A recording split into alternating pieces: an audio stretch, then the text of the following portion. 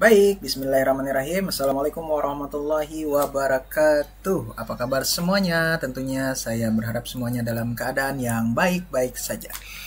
Kembali lagi di channel Bapak Guru 1988, saluran informasi dan pendidikan bagi kita semua. Baik, rekan-rekan, di tengah hiruk pikuknya kabar tentang efisiensi anggaran, di sini sekarang saya akan membawa kabar baik bagi rekan-rekan honorer yang kebetulan mendapatkan tunjangan insentif guru atau biasa kita sebut sebagai GBPNS.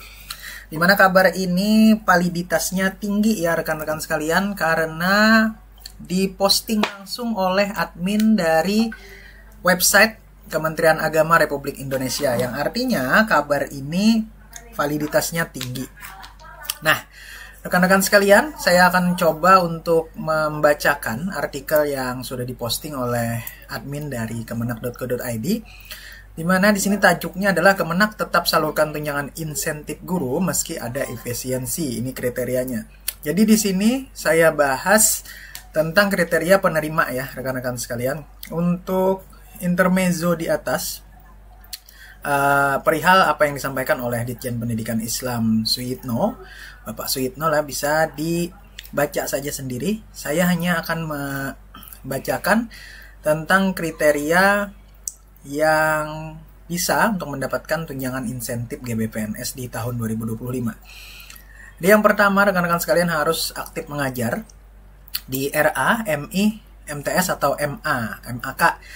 Dan kali ini di tahun 2025 terdaftar di EMIS Kementerian Agama. Jadi pastikan rekan-rekan itu terdaftar di EMIS Kementerian Agama tahun 2025. Kemudian yang kedua, rekan-rekan masih belum sertifikasi atau belum lulus sertifikasi.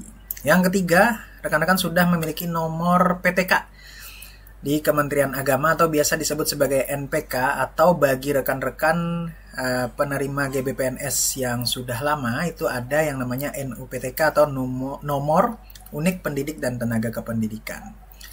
Kemudian yang keempat, guru yang mengajar pada Satuan Administrasi Pangkal Binaan Kementerian Agama. Artinya dia harus mengajar di Satuan Administrasi Kementerian Agama ya rekan-rekan sekalian. Kemudian yang kelima, berstatus sebagai guru tetap, yaitu guru bukan pegawai negeri sipil yang diangkat oleh pemerintah atau pemerintah daerah, kepala madrasah negeri dan atau pimpinan penyelenggara pendidikan yang diselenggarakan oleh masyarakat untuk jangka waktu paling singkat 2 tahun secara terus-menerus, dan tercatat pada Satuan Administrasi Pangkal di madrasah yang memiliki izin pendirian dari Kementerian Agama serta melaksanakan tugas pokok sebagai guru.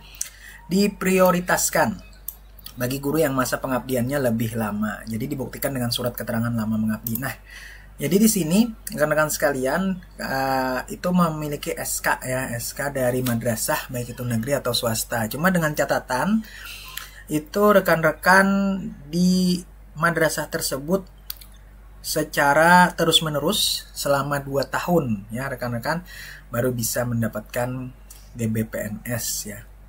Jadi kalau misalkan di madrasah A 1 tahun, kemudian di madrasah B 1 tahun, itu tadi saya sudah berbicara dengan rekan saya yang seperti itu, dihitung di satker yang baru. Jadi dia hitungannya balik lagi ke 1 tahun ya rekan-rekan sekalian. Kemudian yang keenam, memenuhi kualifikasi akademik S1 atau D4. Yang ketujuh, ini sama saja. Di Satminkal dia mengajar sebanyak 6 jam minimal ya. Kemudian bukan penerima bantuan sejenis yang dananya bersumber dari DIPA Kementerian Agama. Kemudian belum berusia pensiun 60 tahun. Kemudian tidak beralih status dari guru RA dan madrasah. Jadi dia tidak beralih status dari guru madrasah ke guru dinas pendidikan. Kemungkinan seperti itu rekan-rekan.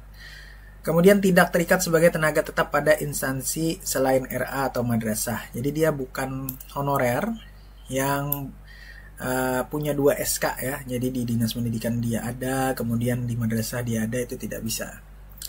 Kemudian tidak merangkap jabatan di lembaga eksekutif, yudikatif, legislatif, ini pasti ya rekan-rekan. Kemudian tunjangan insentif dibayarkan kepada guru yang dinyatakan layak bayar oleh EMIS. Nah, jadi nanti harus ada bukti surat keterangan layak bayar di EMIS Jadi bisa rekan-rekan berkoordinasi dengan operator rekan-rekan di satker masing-masing.